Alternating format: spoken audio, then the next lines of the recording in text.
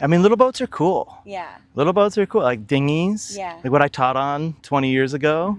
J24s, probably a little closer to that than a boat like Morning in Maine. Yeah. Morning in Maine feels and behaves more like one of these windjammers. Yeah. Like, so when it's little though, it's so cool because every little gust of wind, you move to the other side of the boat and the boat moves.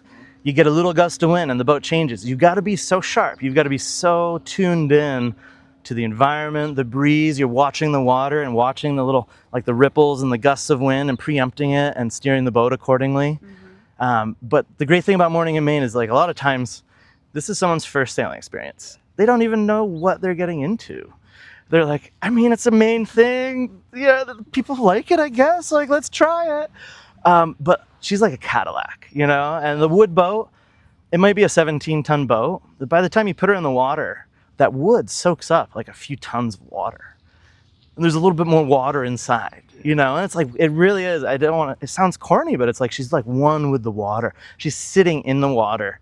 It's like in the wood. It's in the boat. And you're down in it, and like that little gust of wind, you feel it, but it's not like, whoa. It's like, oh, nice, okay. And it's so stable. She'll sail great in a light breeze, but it's so comfy. It's so stable. It feels safe. You know, the captain sets the tone. Yeah. Like, I've been doing this forever, guys.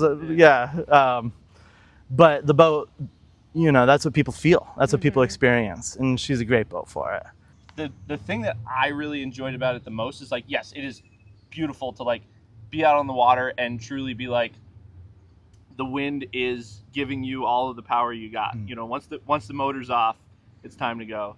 And but there was so much, like, the storytelling that kind of came with all of it, of, like, you know, there was so much historical, like, factoids that you guys would throw out, like, as part of the, you know, the overall, like, tour experience.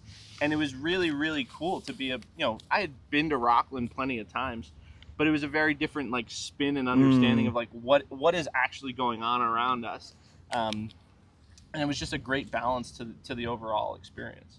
We had you obviously as the captain for the mob one, and then I am drawing a blank on the woman's name. Fiona. Yes, Fiona. Thank you. Fiona's great. For the one when my parents were up. And it was just, you guys do such an awesome job. Thank you. So, yeah, no, totally. I love that part about being a guide, or like showing people for the first time, kind of like showing them the bigger picture of, like, we're not just, it's more than sailing. It is more than sailing. It is, yeah. Like, what better way to get into that history? Like, go out on a wooden boat. And sometimes we'll talk about it, like, hey, when this breakwater was built, these boats, not so different than this. Like, you needed a boom and a pulley. That's what we're using to set this sail. Take this, hook it onto a block of granite, put it on a big winch, swing that boom over. And then people are like, oh, okay. Like, this is how they did it. That's 140 years ago. Like, this is how it worked.